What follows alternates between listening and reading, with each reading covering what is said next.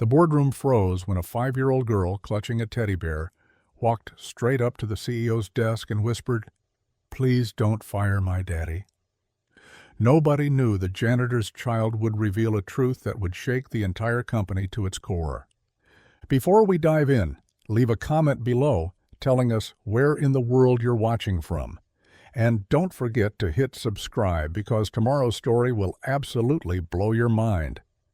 It began like any other Tuesday morning in the glass and steel tower of Harrow Industries. The lobby gleamed with its marble floors polished to a mirror finish, the air filled with the faint scent of espresso and cologne. Employees flooded through the revolving doors, their shoes clicking briskly, their eyes fixed on glowing screens or urgent emails, their voices sharp with business already halfway decided before the day had even begun.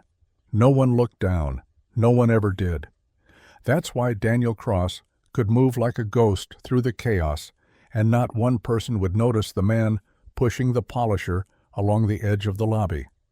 Daniel had been here since before dawn, cleaning the night smudges, emptying forgotten trash bins, restoring the building to the pristine image the world expected of it. His shirt clung to him with the faint damp of sweat, sleeves rolled, his hands calloused and sure. This was survival, not pride. But there was still care in his motions. He polished, not because someone demanded it, but because his father had once told him, "If your name is tied to a job, you do it like you matter, even when they think you don't." On the far side of the lobby, perched small and still on a wooden bench, sat Ellie. 5 years old, blonde hair tied back in a crooked ponytail she'd insisted on doing herself, a crayon clutched in one hand and a torn piece of paper in the other. Her sneakers swung above the marble, not quite reaching the ground. Every few minutes, she looked up from her sketch, searching for her father, then back to her drawing, where she was covering the page with stars. Yellow ones, blue ones, even a lopsided purple star with too many points. Her teddy bear sat beside her, slumped against the cart, one eye missing, like an old soldier who had seen too many battles but refused to retire. She shouldn't have been there. Daniel knew it. A corporate tower was no place for a child, but the babysitter had canceled last minute and rent loomed larger than rules. He'd tucked her into the corner of the lobby, whispered a promise that he'd be quick, and prayed the executives would be too busy to notice a little girl with crayons. The hum of the polisher drowned out most of the voices around him, but not the two that passed closest. Two executives, mid-conversation, ties loosened, but arrogance sharp as their pressed suits. They didn't lower their voices. They didn't even look his way. "You hear?" Their cutting staff one sipped his coffee like the news was no more important than the weather, starting with maintenance. Daniel's hands froze on the polisher handle. The machine vibrated against the floor, waiting for him to move, but his body wouldn't. He stared at the gleaming marble, at the reflection of strangers walking over the shine he'd created, and his chest tightened. Maintenance. That was him. His name wasn't on their lips, but it might as well have been carved there. Invisible until he wasn't, until he became expendable. He forced himself to push the polisher forward, slow, steady, as if he hadn't heard. Years of practice had taught him the art of silence, but his grip on the handle had whitened his knuckles. Ellie heard everything. Her head lifted from the page, crayon pausing mid-stroke. Her wide eyes followed the men until they disappeared into the elevators, still laughing, still sipping, not realizing a little girl had just memorized their cruelty. She turned to her father. He hadn't looked up, hadn't flinched outwardly, but children knew. Children always knew. Her lips parted, then closed again. She stared at him, at the curve of his shoulders bent over the machine, at the weight that seemed to press him down. She pressed her paper tighter against her lap, gripping her crayon so hard it snapped. A yellow star broke in half across the page. Daniel finally shut off the polisher. The sudden silence was louder than the machine had been. He leaned against it for a second, breathing slow, steadying himself before turning toward her. "You okay, sweet pea?" he asked softly, forcing a smile that didn't reach his tired eyes. Ellie didn't answer. She just held up her drawing, the broken star smudged in the corner. "Daddy," she whispered, "why are they cutting?" The words hit him harder than the executive's laughter had. He walked over, crouched down beside her, and brushed a strand of hair from her face. He wanted to lie, wanted to tell her everything was fine, that the men were just talking nonsense. But his throat wouldn't form the words. He saw her small, serious face, the trust in her eyes, and lying felt like a second kind of betrayal. "Don't worry about that," he said instead, his voice low and rough. "You just keep drawing me those stars." Ellie studied him for a long moment, then nodded, though her brow furrowed in a way far too old for her age. She looked back at the page, drew another star, darker this time, heavy strokes, pressing into the paper until it nearly tore. Daniel watched her, heart aching, because he knew she had heard more than he wanted her to. He knew she was already carrying weight no child should. Above them, the elevators chimed. More suits entered, more chatter about markets and mergers and margins, the language of people who lived above the ground floor. Daniel rose, picked up his polisher, and returned to work. The marble reflected back at him, perfect, polished, as though nothing had happened at all. But Ellie kept glancing up from her paper, her small hand resting protectively on the teddy beside her, her ears still ringing with words too big for crayons. And though Daniel tried to stay invisible, for the first time in years, he felt like the walls themselves were listening to the whisper of a little girl's fear. Ellie's teddy bear had been with her longer than most of her memories. Its fur was once golden, but years of clinging hands and sleepless nights had dulled it to a weary brown. One glass button eye stared faithfully, while the other was replaced by a crooked stitch her father had sewn himself after it ripped loose. Across its belly ran a scar of mismatched thread, clumsy but strong. To anyone else it was junk, a forgotten toy clinging to life. To Ellie it was armor. She called him Mr. Buttons, though he hardly had any buttons left, and when the world grew too big, too loud, she wrapped her arms around him and let his silence speak louder than her fear. That morning Mr. Buttons sat tucked against her chest, as if he, too, had overheard the men in suits.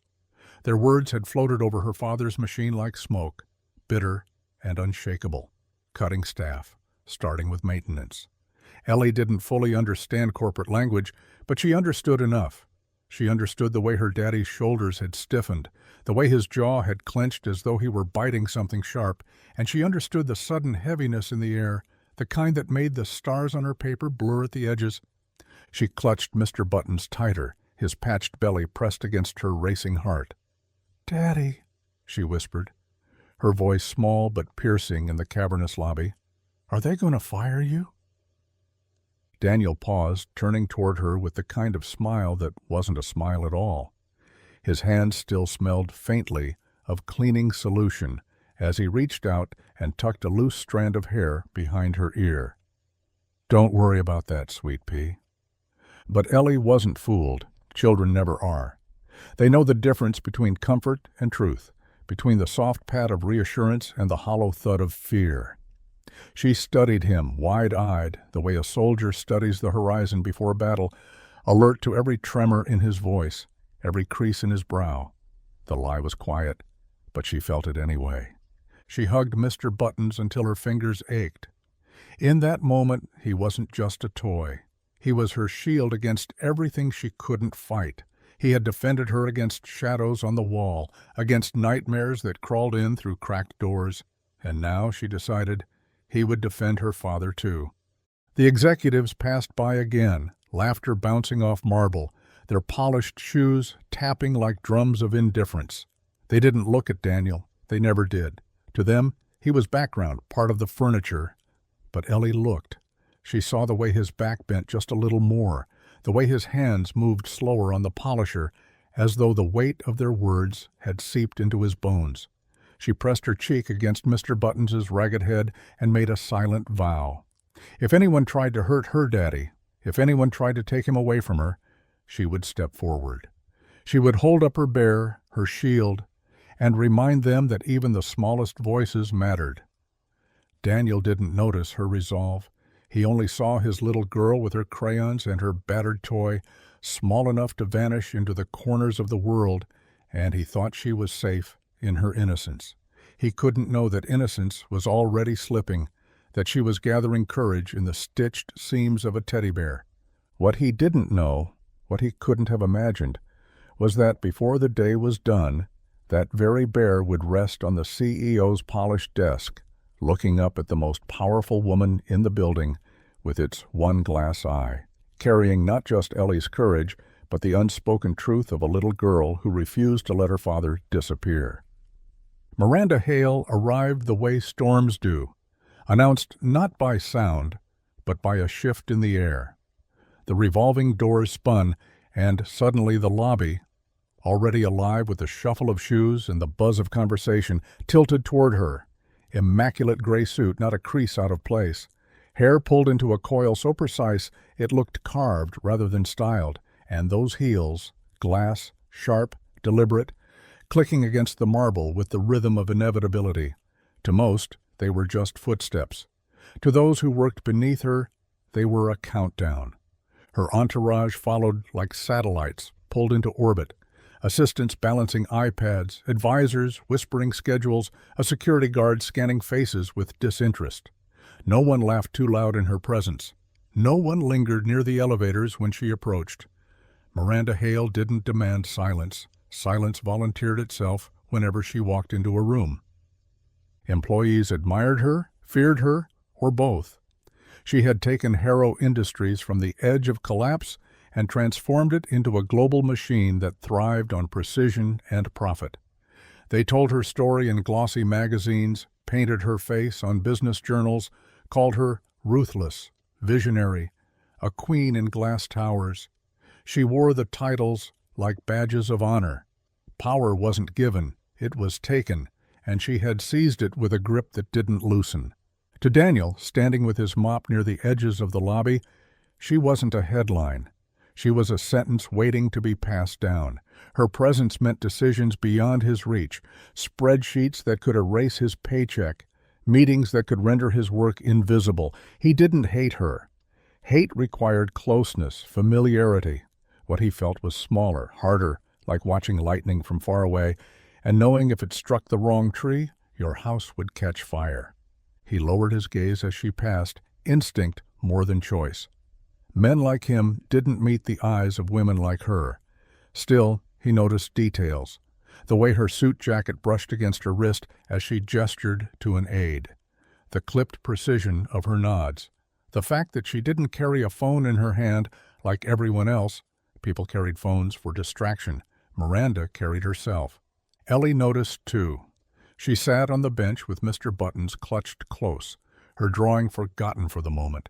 Her little head tilted, eyes following the woman in gray, as though watching a character step out of one of her bedtime stories, the kind with queens and castles and dragons.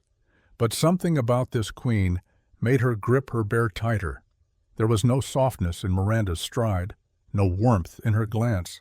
She walked like someone used to cutting through storms rather than sheltering from them. For the briefest moment, Miranda's gaze shifted. It brushed over Daniel, bent over his mop, then flicked to Ellie, small legs swinging above the marble floor.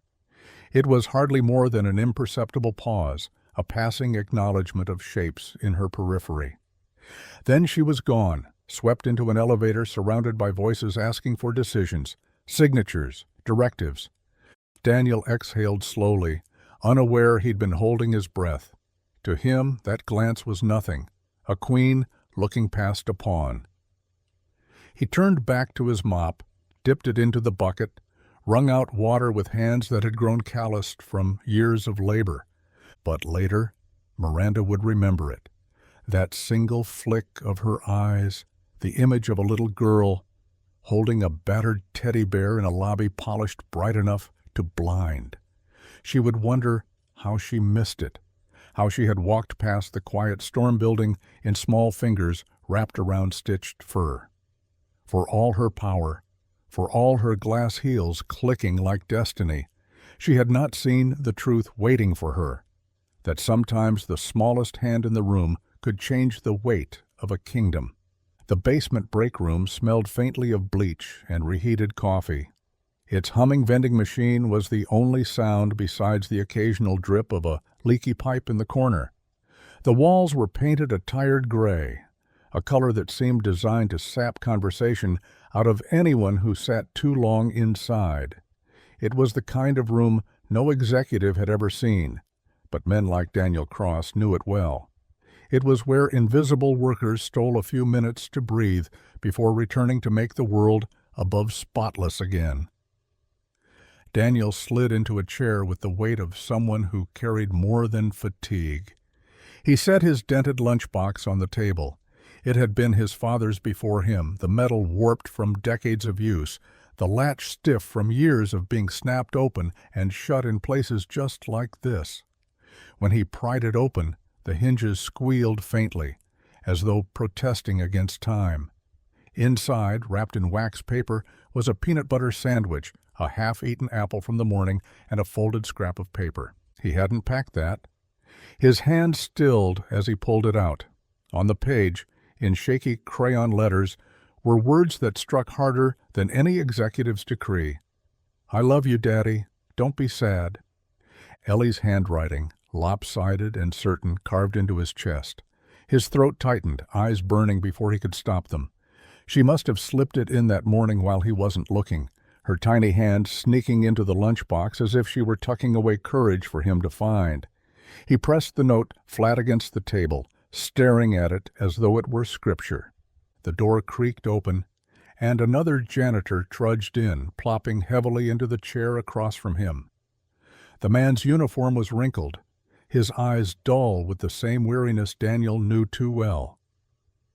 He tore open a packet of chips, spoke with a mouth half full. "You hear the news?" Daniel folded the note quickly, sliding it back into the lunchbox like something sacred that shouldn't be exposed. "What news?" he asked, though he already knew. "Cuts by Friday," the man said, "starting with night staff. You better prep yourself." Daniel forced his shoulders not to sag. He gave the practiced shrug of a man who'd heard worse and pretended it didn't matter. Wouldn't be the first time. The other janitor grunted, uninterested, and turned his attention to his chips. But Daniel sat frozen. The words gnawed at him like rats behind the walls. Without this job, there was no rent. Without rent, there was no roof. Without the roof, there was no way to keep Ellie safe. Every number in his head collapsed into the same brutal sum, nothing. He took a bite of the sandwich, but it tasted like dust. The bread clung to his tongue, and he had to force himself to swallow. Upstairs, somewhere above the concrete ceiling, executives were sipping wine over catered meals, their laughter echoing down through layers of steel and silence. Up there, problems were theoretical. Down here, problems had names. Ellie's name, written in crayon, folded into a lunchbox that felt heavier than any briefcase ever carried into a boardroom. Daniel closed the box gently, his hand lingering on the dented lid. He thought of Ellie's face that morning, her worried eyes fixed on him, her teddy bear squeezed tight like it could keep the world from breaking. She had seen the storm already. Children always do.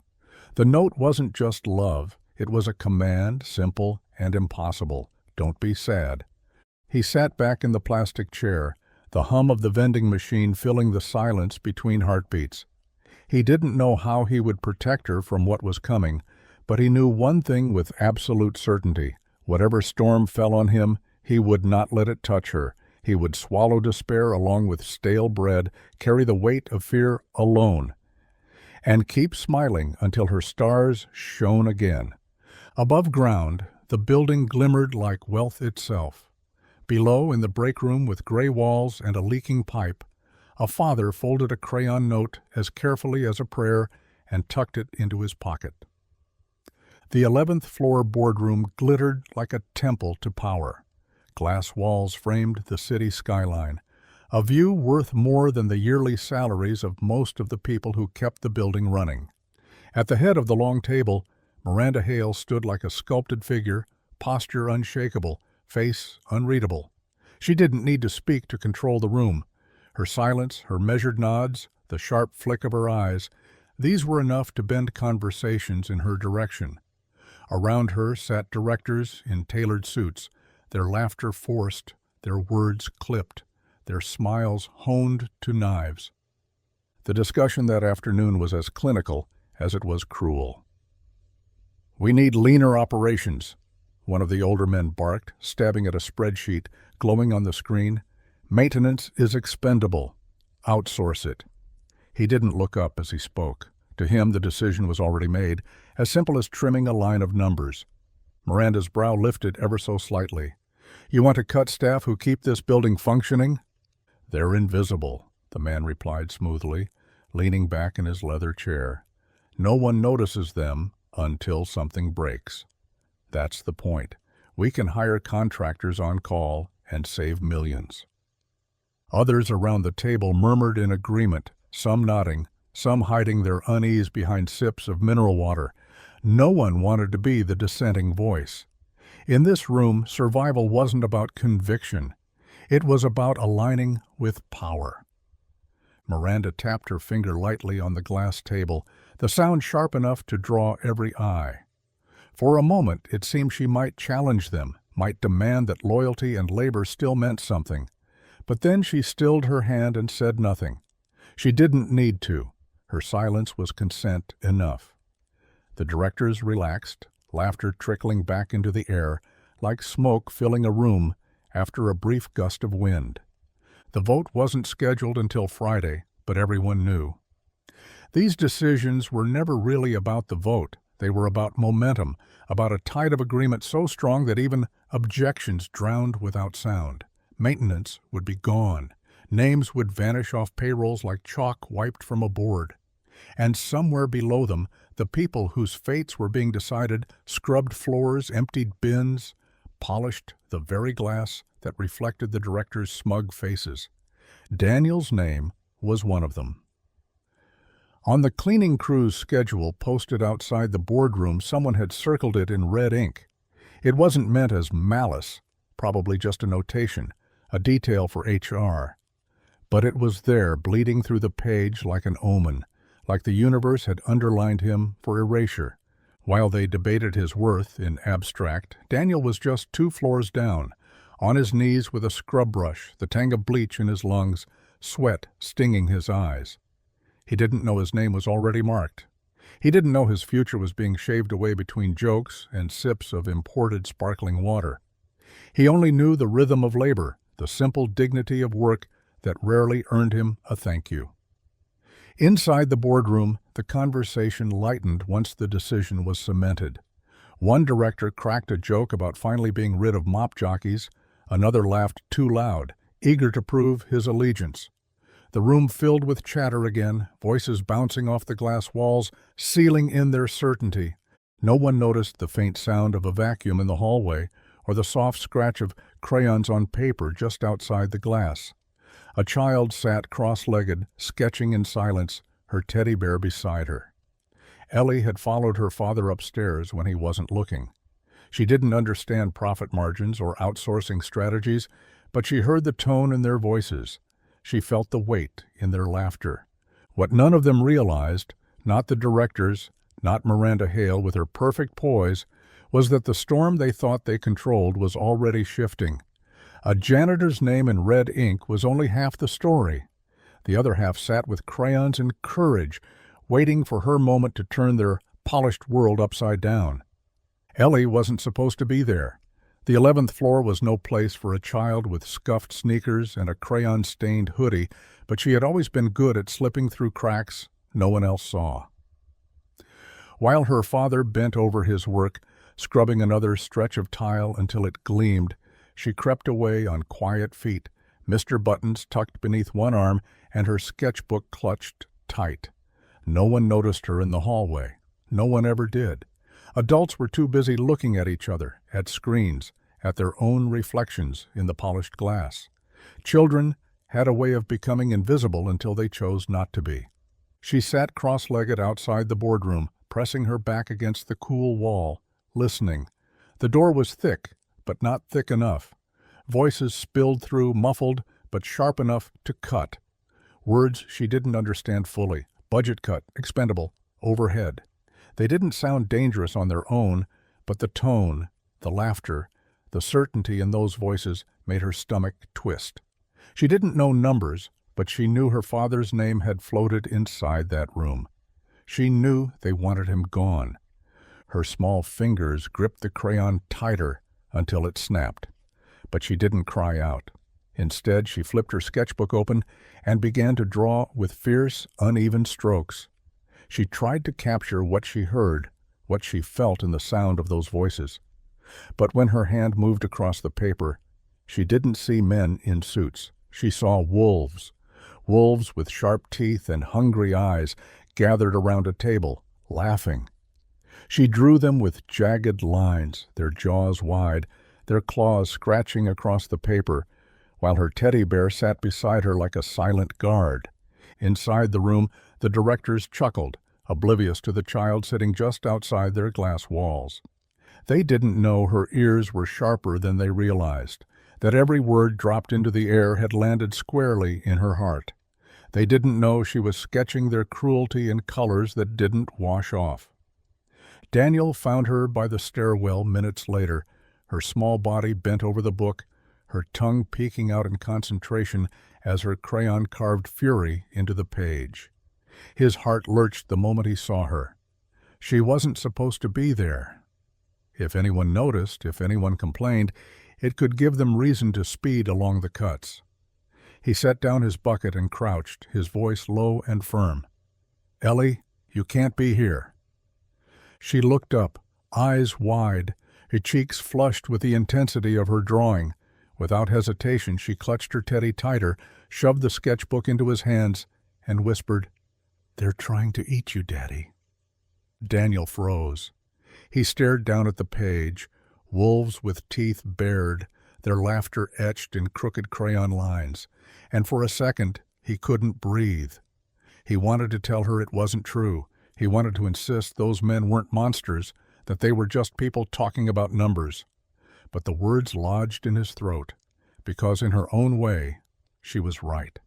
They were trying to devour what he had built, the life he fought for, the roof over her head. And children don't lie about the sound of wolves. He scooped her up, pressing her against his chest, her crayons clattering softly to the floor. She smelled faintly of apple juice and crayon wax, innocence mixed with defiance. He kissed the top of her head and whispered, "You shouldn't hear these things." But she only tightened her grip on his shirt, her little voice muffled but steady. "I did, and I'll remember." Daniel carried her back toward the service elevator, each step heavier than the last. He wished he could unhear what she had absorbed, wished he could scrub her mind clean the way he scrubbed the floors. But her sketchbook was still in his hand, the wolves staring up at him, like proof that truth always finds a way to escape. As the elevator doors closed, he tucked the drawing carefully between the pages, his chest tight with fear and pride. Ellie rested her head on his shoulder, still holding Mr. Buttons like a shield. Her eyes stayed open long after most children would have drifted off. She was listening, always listening, because a child's ears never lie. That evening, the parking garage stretched wide and hollow, its concrete pillars holding shadows that swallowed sound. The smell of oil clung to the air, heavy and sharp, mixed with the faint echo of tires squealing somewhere above. Fluorescent lights buzzed overhead, their glow uneven, flickering like tired eyes that had seen too much. Daniel pushed his cart toward the far corner where his old sedan waited, the wheels squeaking with every step, a sound too familiar to embarrass him anymore. Beside him, Ellie walked with her small hand tucked into his, her sneakers scuffing the ground in lazy arcs, the sound softer than his silence. He had thought the workday was behind them, that the worst of it, the whispers, the weight, could be left in the marble halls upstairs. But voices drifted across the open concrete, carried sharp and careless. Two executives leaned against their PMWs, cigarettes glowing in the dimness. Their laughter cut through the hollow garage, cruel not because of its volume, but because of its certainty. "Friday can't come fast enough," one said, exhaling smoke in a long, satisfied stream. Dead weight like him drags us down. Daniel froze. He didn't need to hear the name. Him was enough. There weren't many choices for that pronoun, not in the mouths of men who had never seen him except bent over a mop. His grip on the cart handle tightened, the muscles in his arm taut as if he could scrub the words out of the air. Ellie stopped too. Her little fingers clutched his hand harder, as though she could tether him to the ground before the words lifted him into despair. She looked up at him, her eyes wide, round as moons reflecting shadows. "Daddy," she whispered, "why don't they like you?" He knelt down right there, on the cold, oil-stained floor, his knees creaking against the weight of exhaustion. His face was inches from hers now, her teddy bear squished between them, and he searched for an answer that wouldn't shatter the fragile trust in her gaze. "Sometimes," he said softly, voice low enough that it belonged only to her, "people forget others are people. They see numbers, not names, charts, not faces." Ellie tilted her head the way children do when they are rearranging the world to make sense of it. Her grip on Mr. Buttons tightened until his stitched belly wrinkled. "Then I'll remind them," she said simply, as if it were the easiest thing in the world. Daniel let out a small laugh, but it was heavy, weighted with sadness. "How?" She lifted her teddy between them, holding him up like a banner, his one glass eye catching the dull light. "With him," she said with quiet conviction, "he tells the truth." Daniel stared at her, and for a moment he didn't know whether to smile or weep. It was absurd, the thought of a ragged bear confronting men who carried entire livelihoods in their briefcases. And yet, looking at Ellie's face, serious, unwavering, filled with a courage that felt older than 5 years, he couldn't dismiss it. Children have a way of cutting straight through the layers adults build around themselves. She believed Mr. Buttons could speak. Maybe he could. The executives' voices carried again, laughter bouncing against the pillars, but Daniel no longer listened. He gathered Ellie into his arms, her small frame light against his chest, her bear pressed between them like a fragile shield. He whispered into her hair, "You're braver than I'll ever be." She didn't answer. She just rested her head on his shoulder, eyes open, still watching the shadows stretch across the garage. She seemed to be memorizing the sound of the men's laughter, storing it away like ammunition. Daniel stood, pushing the cart the rest of the way to the car, the squeak echoing in rhythm with his steps. He didn't yet understand what she meant, not fully, but he would. 2 days later, when she walked into the boardroom with that teddy bear in her arms, the truth she promised would finally be heard. The city glittered beneath her like a restless sea of lights, each window a reminder of lives moving in patterns she had long stopped trying to understand. Miranda Hale sat in her penthouse, the glass walls reflecting both skyline and solitude, a queen in a castle built high enough to keep out the noise below. An expensive scotch sat in her hand, amber liquid catching the glow of the city like fire trapped in crystal. The ice clinked as she swirled it, her other hand scrolling through performance reports glowing across her tablet. Numbers, charts, trends, the language of power. But her eyes refused to stay on the screen. They kept drifting back to the lobby that morning, to a girl too small for the space she occupied, clutching a teddy bear as if it were both weapon and shield. Miranda remembered the way the child's gaze had cut through the noise of the building. Most children shrank under the weight of marble halls and high ceilings. Not this one. This one carried silence like armor, her stare sharp, old, unsettling. The bear, too, ragged, patched, barely holding together, yet clutched like treasure. Miranda couldn't shake the image, though she told herself it was absurd.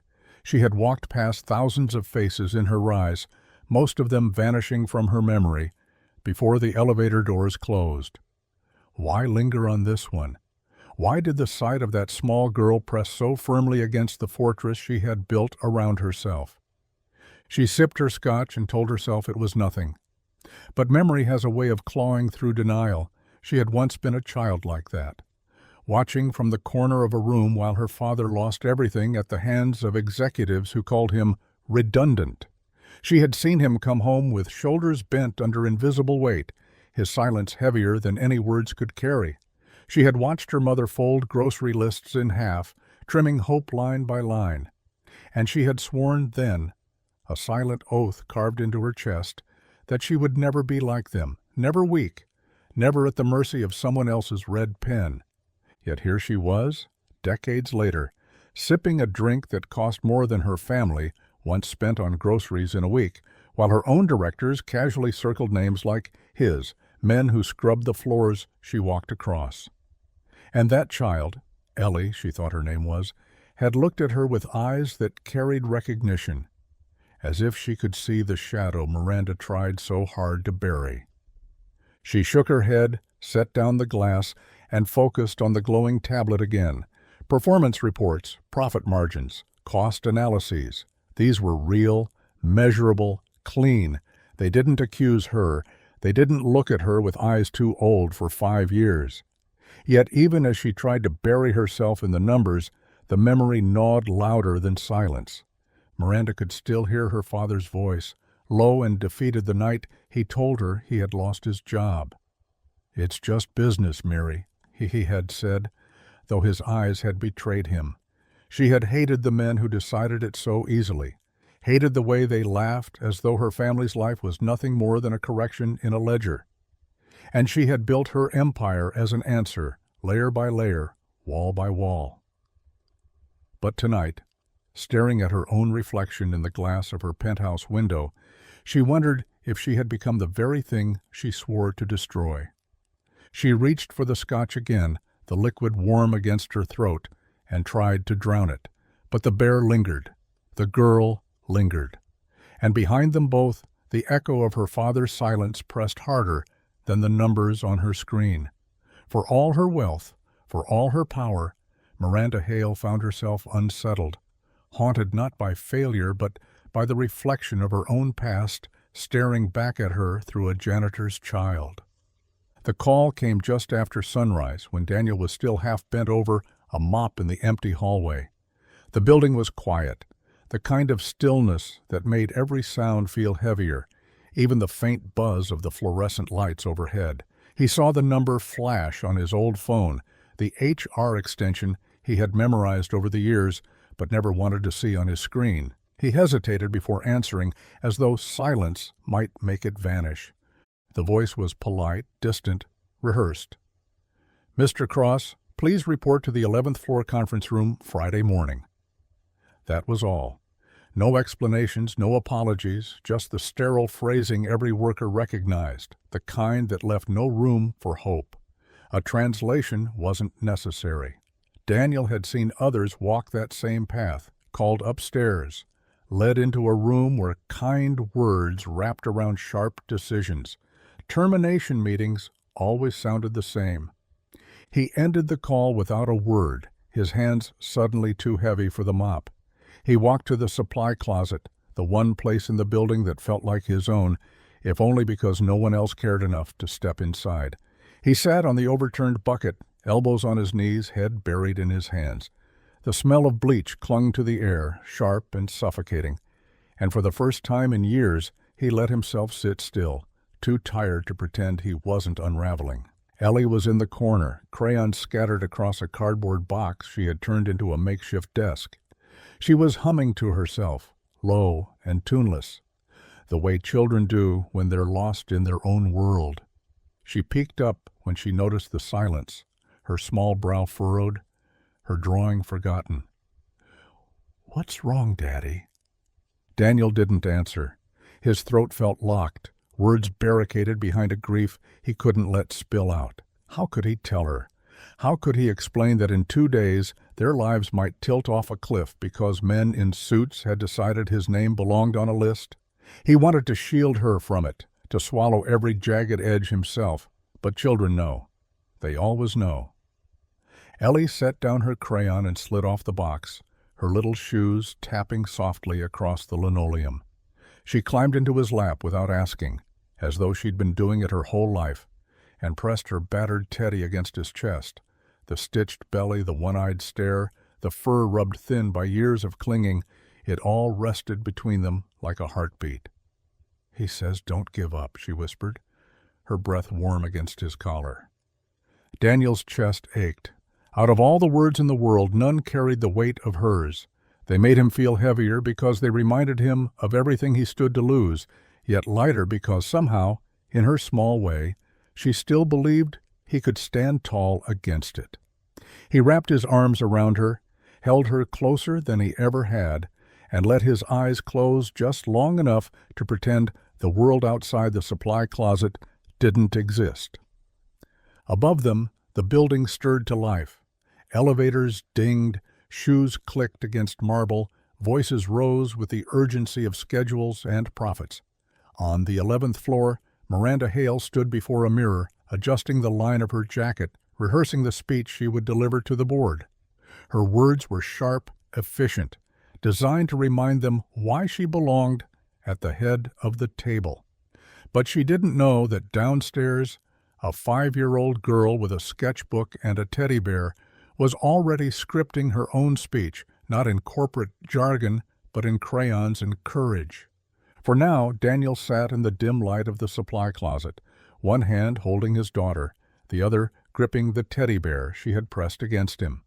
And though despair pressed hard against his ribs, he realized something. He wasn't carrying it alone anymore.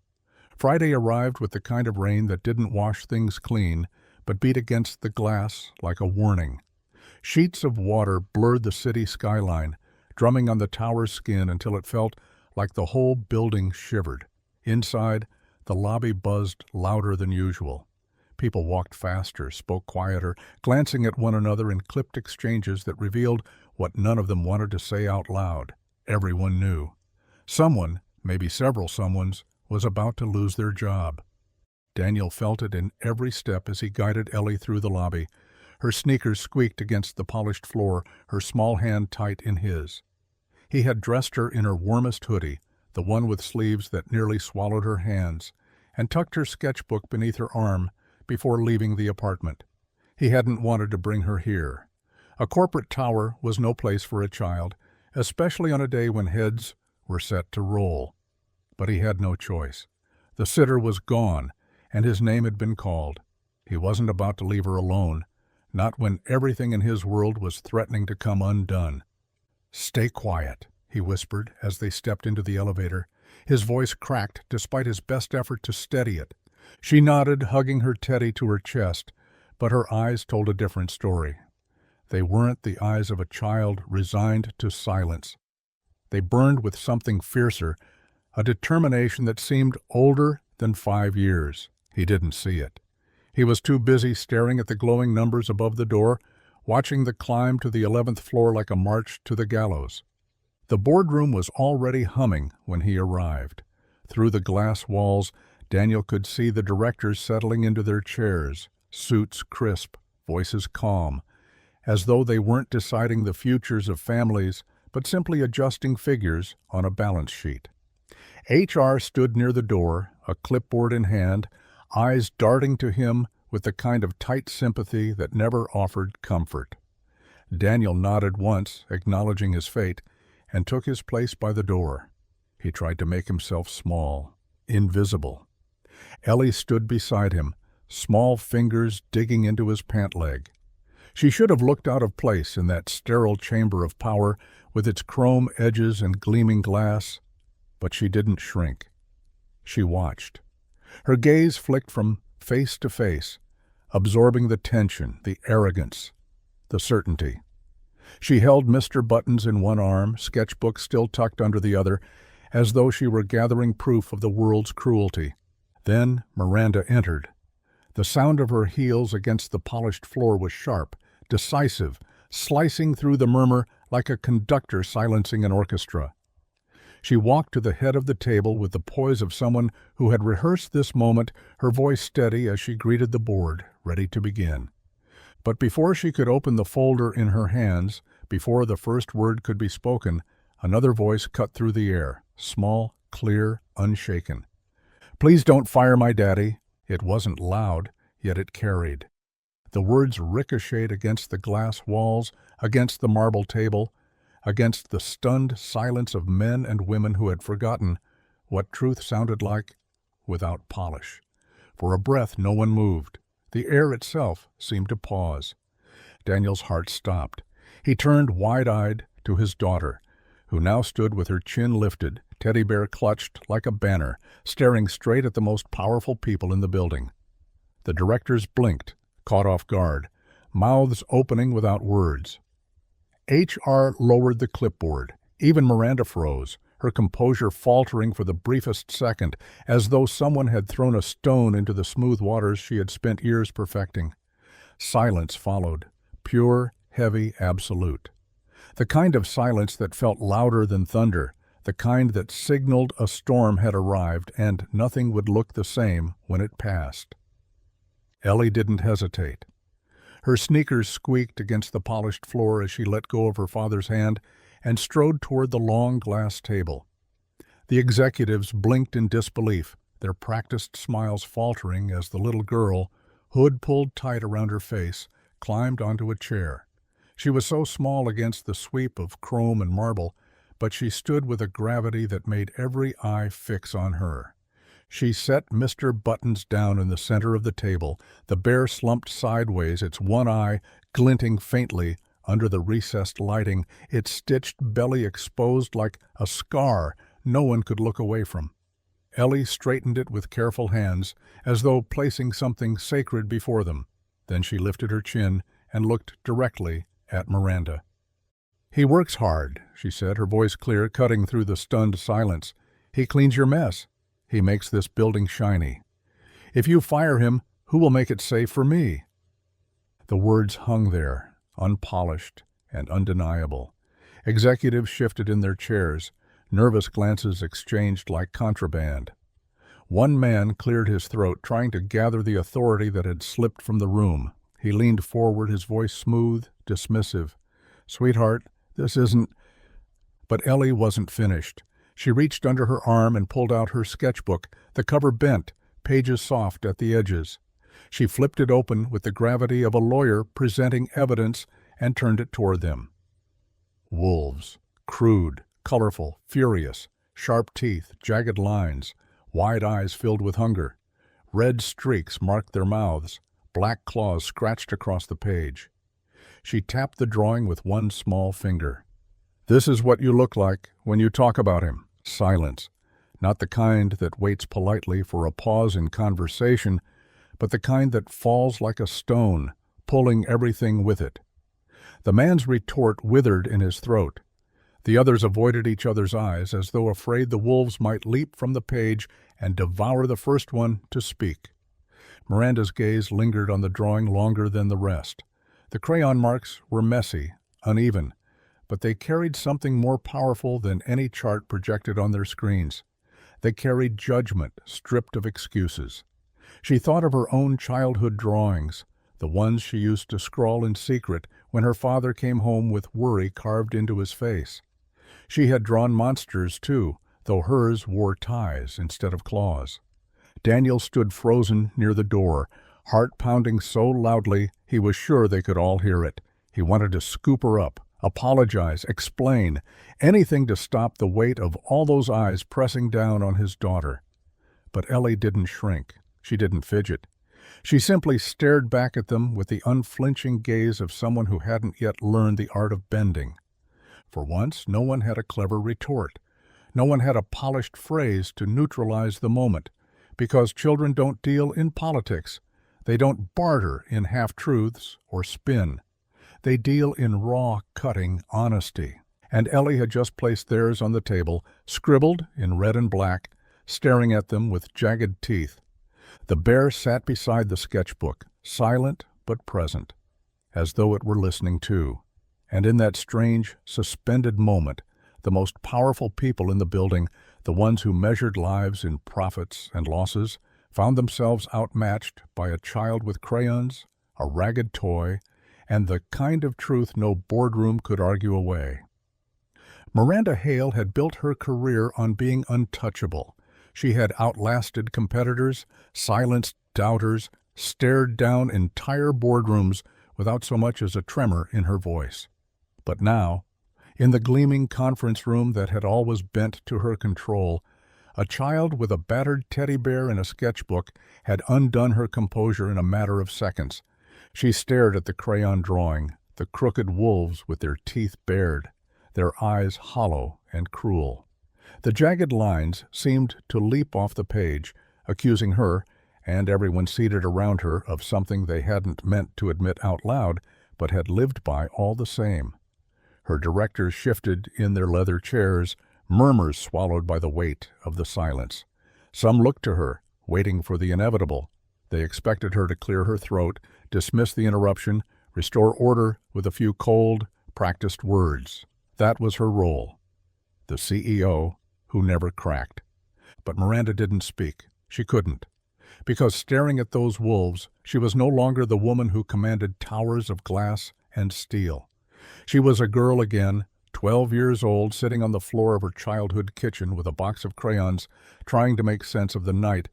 Her father came home defeated. He hadn't raged, hadn't shouted. He had simply lowered himself into a chair, his shoulders slumped in a way she had never seen before. "They said I'm redundant," he had murmured, his voice soft and broken. She had drawn it later, late into the night, when she couldn't sleep. Wolves in suits, their teeth sharp, their laughter wide. It was the only way she could explain what those men had done to him. Now, decades later, she was staring at nearly the same picture, drawn by a child who wasn't hers, but could have been. A little girl who had seen the same hunger, the same cruelty disguised as business. Suddenly, the polished table didn't feel like power anymore. It felt like history repeating itself. Her eyes lifted from the sketch and found Daniel near the door. He looked out of place in the room, his uniform rumpled, his shoulders tense, like he'd rather be invisible. Yet his daughter stood unflinching, her voice still echoing in the corners of the room. Miranda spoke before she realized she was going to.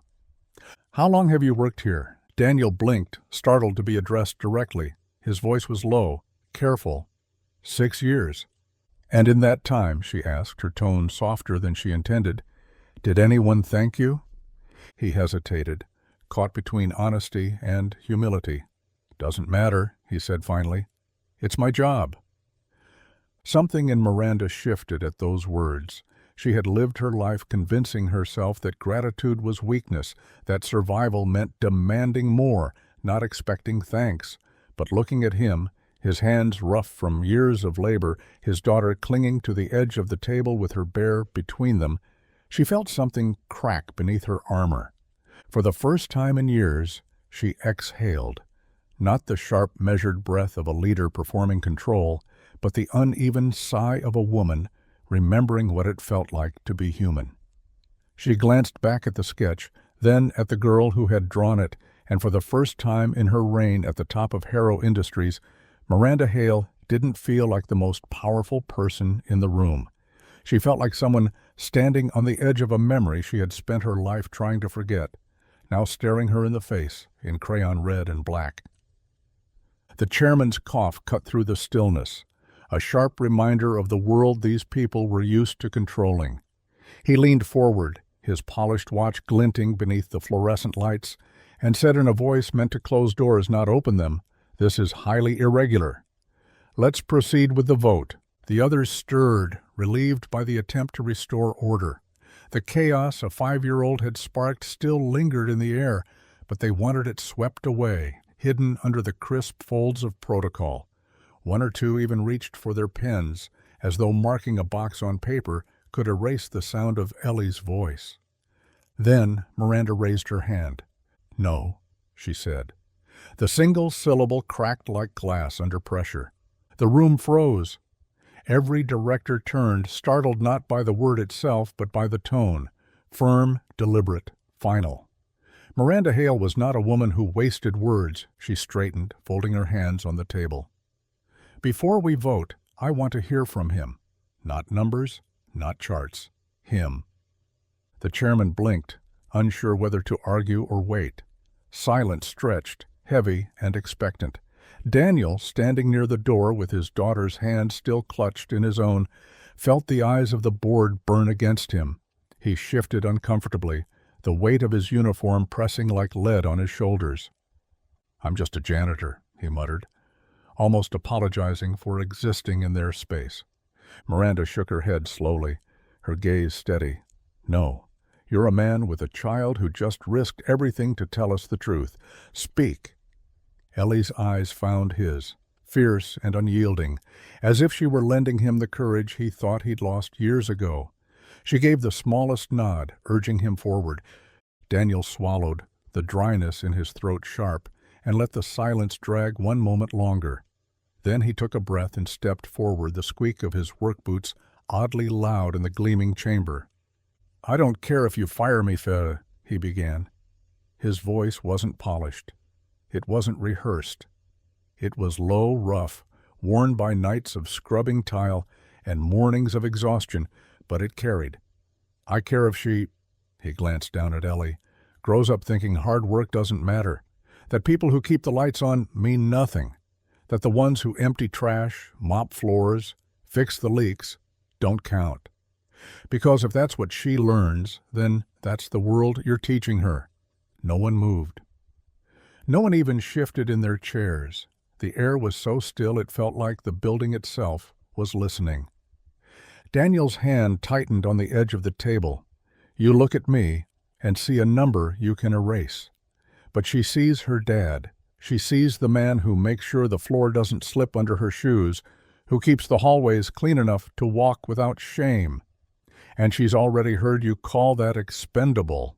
His voice cracked, but he steadied it. "I can live without this job. What I can't live with is her believing you're right." The words fell into the room like stones dropped into water, each one rippling outward, impossible to ignore. The men who had laughed before were quiet now, their eyes darting between one another, waiting for someone to reclaim the ground they had lost. But the wolves had no answer. Their cleverness, their polished rhetoric, their endless charts, all of it seemed small in the face of a child's drawing and a father's raw truth. Miranda leaned back in her chair, her face unreadable, but her silence was no longer agreement. It was something else entirely. Recognition, maybe even resolve. Around the table, the weight of Daniel's words settled heavily, stripping away the illusion that this was just another vote. For the first time, the boardroom wasn't controlled by charts or projections. It was held captive by the reminder that beneath titles and glass towers, people mattered, and no one, not even the wolves in suits, could speak against that. The vote resumed with a stiffness that felt rehearsed. Pens tapped against folders, chairs shifted. The hum of anticipation rippled through the air, but no one spoke until all eyes turned to Miranda. It was instinct. They were used to her carrying the room, steering its course with a tilt of her chin or the deliberate weight of her silence. For a moment, she let them wait, savoring the pause like a conductor holding back an orchestra. She could have nodded along, secured the cuts, and walked away with applause from shareholders who valued margins more than people. It would have been easy, expected even. The path was paved for her. Agree, finalize, move on. She had done it before, countless times, choosing numbers over names without letting herself flinch. But something was different this time. Something small, ragged, and undeniable sat in the middle of the glass table. Miranda reached forward and placed her hand on Ellie's teddy bear. Its fur was worn thin, its single glass eye stared back at her with a kind of stubborn honesty, and for reasons she couldn't explain, her throat tightened. She let her palm rest there for a beat before speaking. "Not today," she said. The words hit the room harder than any speech she had ever rehearsed. The chairman sputtered immediately, his face reddening as though she had committed a betrayal. "This isn't your decision alone," he barked, trying to reclaim the authority that had slipped from his grasp. Miranda turned her gaze on him, calm, deliberate, unshaken. A thin smile tugged at her lips, sharp but weary. "It is," she replied softly, "when it comes to values." The board shifted uneasily. glances darting between her and one another. This wasn't the Miranda they knew. This wasn't the woman who had built her empire on steel and silence. This was someone else, a version of herself she hadn't let surface in decades. She could feel it, and the awareness made her spine straighter, her voice steadier. She turned her eyes to Daniel, who stood near the door as if bracing for the worst, his daughter's hand still locked tightly in his own. He looked like a man waiting for the axe to fall, too tired to hope, too practiced in disappointment to believe anything else could come. "You're not fired," Miranda said. Her voice carried through the glass walls like a verdict. Gasps rose around the table, the directors exchanging looks of disbelief. Daniel blinked, unsure he had heard her correctly. She didn't let the silence linger. "In fact," she continued, "you're promoted." The word dropped into the room like a stone into still water, sending ripples of shock across every polished surface. Confusion flickered across Daniel's face. "Promoted?" he repeated, his voice rough, incredulous. Miranda nodded. "Facility supervisor, effective immediately, with benefits. You've been invisible too long." Ellie's face lit up before her father's could. Her eyes widened, her small body bouncing slightly in her chair as though she couldn't contain the joy bursting through her. She turned to him, tugging his hand with both of hers. "See, Daddy?" she said, beaming. He listened. Daniel swallowed hard, his jaw tight, his gaze flickering between Miranda and the teddy bear still beneath her hand. He looked like a man struggling to believe the ground wouldn't vanish beneath his feet. Miranda almost smiled. Almost. But it wasn't victory she felt pressing against her ribs. It was something heavier, something sharper. Because deep inside she knew the truth. She wasn't saving him, he was saving her. He and his daughter had reminded her of something she had buried beneath years of polished speeches and cold decisions, that people mattered. That dignity mattered. That sometimes the smallest voices carried the greatest truths. She withdrew her hand from the bear and let her fingers rest quietly against the table, the weight of her choice settling into her bones. The board didn't applaud. They didn't nod or smile. They simply stared, shaken in a way they couldn't articulate, as if a spell they had lived under for years had been broken by the words of a child and the courage of a man who refused to bow. And for the first time in her reign as CEO, Miranda Hale didn't feel like she had won a battle. She felt like she had finally stopped losing herself. The hallway outside the boardroom was quieter than Daniel expected. After the storm inside, the gasps, the whispers, the shock, it felt strange to step into silence, as though the walls themselves were holding their breath. He shifted Ellie onto his hip, her small arms wrapped around his neck, her teddy dangling by one arm, bumping softly against his back with each step. The fluorescent lights hummed above them, sterile and cold, but Ellie's presence warmed the air in a way no building ever could. She studied him closely, her little brows drawn together in thought. "Daddy," she asked, her voice carrying in the emptiness, "are you happy?" Daniel slowed. He wanted to answer quickly, to give her something certain, but the words tangled. He thought of the last hour, of standing at the edge of a room where his name was nearly erased, of hearing his daughter speak truth no adult dared to say, of watching the most powerful woman in the company change the course of his life with one sentence. Happy wasn't the word. Not yet. "I'm relieved," he said finally, letting the word drop between them. Ellie frowned. "That's not the same." Her blunt honesty cracked something in him, and he couldn't help but chuckle softly. The sound was tired, but genuine. "You're right," he admitted, pressing his cheek briefly against her hair. Relief wasn't joy. Relief was surviving. Happiness was still a step beyond reach, though she didn't need to know that yet. Behind them, the door to the boardroom opened, and Miranda Hale stepped out. Alone. No assistant trailing her with schedules, no directors circling for approval, no entourage to cushion her presence. Just her, the echo of her heels softened by the carpet, and the memory of a child's voice still lodged in her chest. She walked slower than usual, her steps measured, not with the authority she carried into every room, but with the weight of something unfamiliar. Vulnerability. The sight of Daniel carrying Ellie down the hall tugged at her in ways she wasn't prepared for. She had lived so long inside towers of glass, surrounded by numbers and decisions, that she had nearly forgotten what it looked like when love walked plainly in front of her.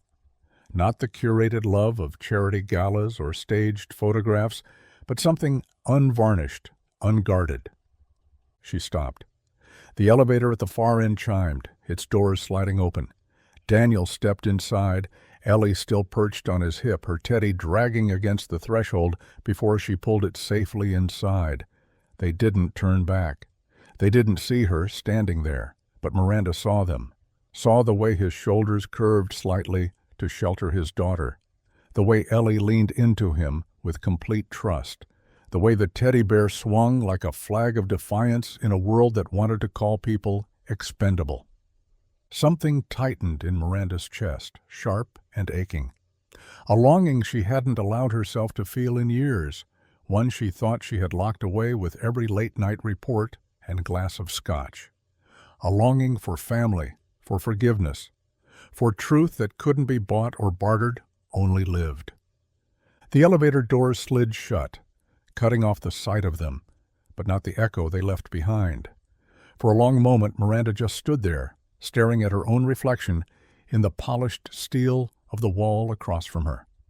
The woman staring back looked composed, flawless, exactly who the world believed her to be, yet beneath the perfect lines of her suit, beneath the armor she had worn for decades, something was shifting. She turned finally, walking down the opposite hall alone, her heels softer than usual, her pace slower. For the first time in a very long time, Miranda Hale wasn't thinking about shareholders or quarterly gains. She was thinking about a janitor, his daughter, and a teddy bear left sitting on a boardroom table like a verdict no vote could erase. The city had settled into its midnight hum by the time Miranda returned to her office. Rain slicked across the windows in silver streaks, the skyline beyond blurred into a patchwork of neon and shadow. Her assistants had all gone home hours earlier, and the corridors were hushed, leaving her footsteps as the only sound. She carried no entourage now, no echo of voices trailing her, just the quiet weight of the day pressing against her shoulders. When she opened the door, the familiar smell of leather and polished wood greeted her. But something else drew her attention almost immediately. On the center of her desk, half buried beneath a folder of financial reports, sat the forgotten sketchbook.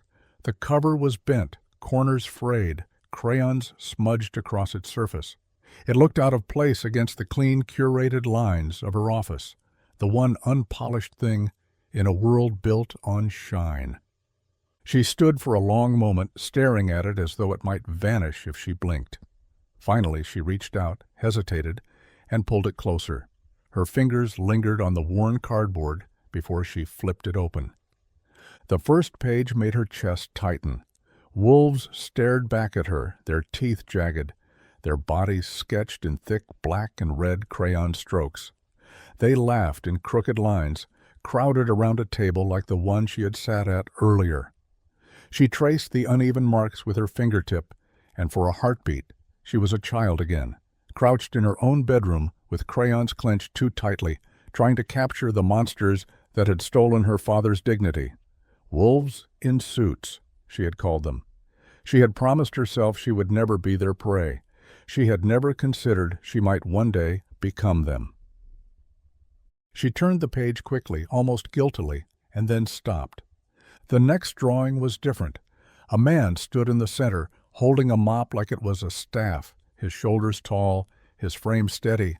Beside him was a little girl, small but bright, a teddy bear clutched in her arms. Above them, scrawled in crooked, uneven letters, were words that burned hotter than anything she had read in years. "My daddy is a hero." Miranda's breath caught. She closed the book halfway, pressing it against her chest as though shielding it from the world. Tears stung at her eyes, hot and uninvited, and she blinked hard, resisting them. But the burn didn't fade. They weren't the polished tears she had seen on donors at galas, the ones dabbed away with silk handkerchiefs while cameras flashed. These were raw, sudden, unfiltered, tears she thought she had banished long ago. She sank into her chair, sketchbook still in hand, and let the silence of the office fill with memory. Her father's face surfaced, weary but kind, lined with disappointment he had never spoken aloud. She thought of how he used to tuck her in after long shifts, still smelling of oil and sweat, hands rough but gentle. She thought of the night he had returned home, defeated, how she had sworn she would climb so high she'd never feel that kind of powerlessness again. And she had climbed, higher than most. She had built walls of steel and glass, traded softness for control, compassion for efficiency. She had convinced herself that purpose was survival, that power was the only shield. Yet sitting here, staring at the shaky crayon words of a 5-year-old girl, she felt a hollow echo inside her that no quarterly report had ever filled. For the first time, she wondered if she had been running her company with power, but without purpose. Numbers had been her compass, profit her measure. But Ellie's sketchbook, this messy, unpolished truth, reminded her of something she had buried. People, the lives beneath the numbers, the dignity beneath the titles, the quiet resilience of those who were never meant to be seen. Miranda closed the sketchbook slowly and set it on the edge of her desk, her hand resting on it as if it might slip away. The city lights blinked beyond the glass, indifferent, but she didn't look at them.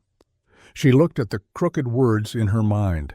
My daddy is a hero, and felt for the first time in years the fragile stirrings of something dangerously close to grace. The call came on a Tuesday afternoon, just as Daniel was finishing his shift. His phone buzzed in his pocket, the number unfamiliar, and for a moment he almost didn't answer. Nothing good ever came from numbers he didn't recognize. But when he picked up, a low, composed voice introduced itself. Miranda Hale. She wanted to see him at her penthouse. The words left him rattled. Miranda Hale didn't ask to see janitors.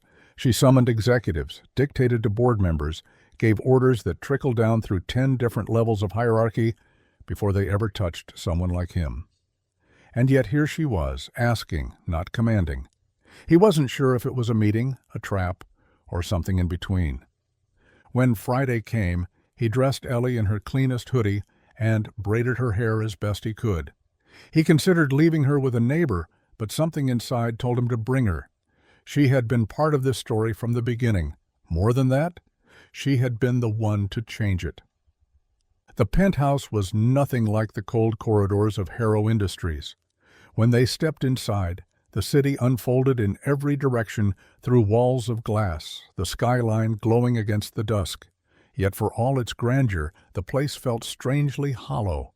The furniture was sleek but impersonal, the kind of perfection that looked staged. What struck Daniel most wasn't what was present, but what wasn't. No photographs on the walls, no toys scattered in corners, no sign that anyone really lived there.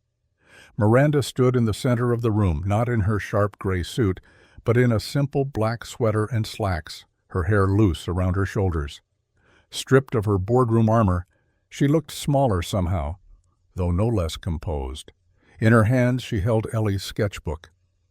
"You left this," she said softly, handing it to the little girl. Ellie's face lit up as she grabbed it. "Did you like it?" Miranda hesitated, and when she answered, her voice cracked just enough to betray something human. "Very much." She cleared her throat, then turned her eyes to Daniel. "Your daughter reminded me of something I forgot, that people matter more than profits." Daniel swallowed, unsure what to say. He'd expected explanations, maybe an apology in corporate language, but not this, not vulnerability. Miranda moved to the dining table where a folder sat waiting. She rested her hand on it for a long moment before sliding it across to him. "I can't undo everything I've done," she said, the weight in her voice heavier than the words themselves. "But I can start with this." Daniel opened the folder. His eyes moved across the document, but the words blurred before he could make sense of them. All he saw was the title at the top, a scholarship fund in Ellie's name. Dedicated to children of workers at Harrow Industries, funded in perpetuity. His breath caught. He couldn't finish. Ellie leaned over his arm, reading what she could with her small voice, stumbling over the bigger words. Her eyes grew wide. She looked up at her father, then at Miranda. "See, Daddy?" she whispered, clutching Mr. Buttons against her chest. "The wolves can change." Daniel laughed softly, though his throat burned. He looked at Miranda, searching her face for the steel mask he'd grown used to, but it wasn't there. For once, she looked like someone stripped bare, someone asking for a second chance rather than giving orders. He closed the folder gently, his hand still trembling. "I don't know how to thank you." "You don't need to," Miranda replied. Her gaze flicked to Ellie. She already did. The three of them stood in silence for a moment, the city lights flickering beyond the glass like stars too stubborn to go out. For the first time in years, Miranda Hale wasn't thinking about profits, quarterly margins, or the next deal. She was thinking about a janitor, his daughter, and a drawing that had forced her to remember who she once was. Months passed and the building no longer felt the same. The janitor's closet, once Daniel's quiet refuge, sat empty now, its shelves still carrying the faint scent of bleach and dust, the mop handles leaning like forgotten relics.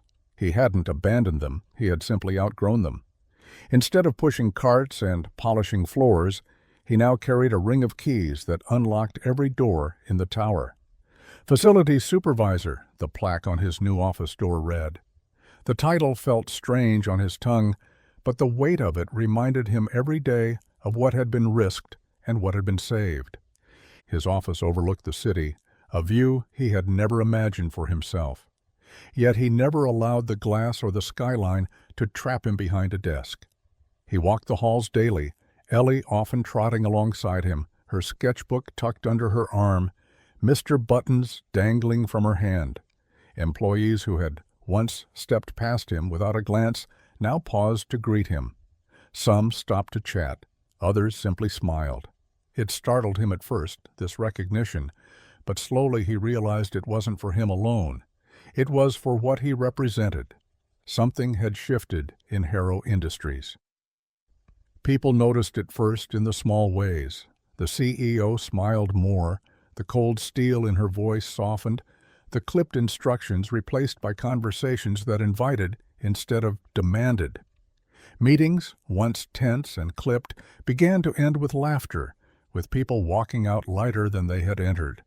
Even the boardroom, that glass fortress of power, felt less like a battlefield and more like a place where decisions were made with people in mind rather than just numbers. The change wasn't written in reports or reflected immediately in profit margins. It was quieter than that, but no less profound. It hummed in the way assistants felt seen, in the way maintenance staff were greeted by name, in the way directors hesitated before dismissing a voice that once would have been ignored. And in the lobby, at the place where it had all begun, a plaque appeared. Small, modest, easily missed if you weren't looking for it. But those who did saw the engraving, the words cut into brass, with a weight no quarterly statement could ever match. For those who remind us to listen. Every morning Daniel stopped there before climbing the stairs or taking the elevator. He touched the plaque lightly, his fingers brushing the cool metal like it was a prayer, a vow, a reminder that it wasn't his promotion that mattered, nor the office he had been given, but the truth spoken by a little girl too brave for her years. He promised himself he would never forget it. Ellie, growing taller with each passing month, had her own ritual. At night, when the building was behind them and the city's hum softened into the quiet of their small apartment, she pressed her Teddy close and whispered into the stitched ear. "Daddy didn't just keep his job," she told Mr. Buttons. "He gave them back their hearts." Daniel overheard her once, standing in the doorway of her room as she tucked the bear beneath her chin. His throat tightened, and he turned away before she could see the shine in his eyes. Because she was right. It wasn't about him anymore, not really. It was about what she had shown them all, that truth, even when scribbled in crayon, had the power to change everything. The janitor's closet was empty now, but it wasn't forgotten. It remained as a quiet monument to where the story began, to the man who thought survival was enough, and the little girl who taught him that survival was only the beginning. A new story had taken root, one written not with titles or prophets, but with courage, compassion, and the reminder that even the smallest voices could echo loud enough to reshape a kingdom. If this story moved you even a little, take a moment to share your thoughts in the comments. We'd love to know what part touched your heart the most. And don't forget to hit that subscribe button, because more stories of courage, hope, and second chances are on the way.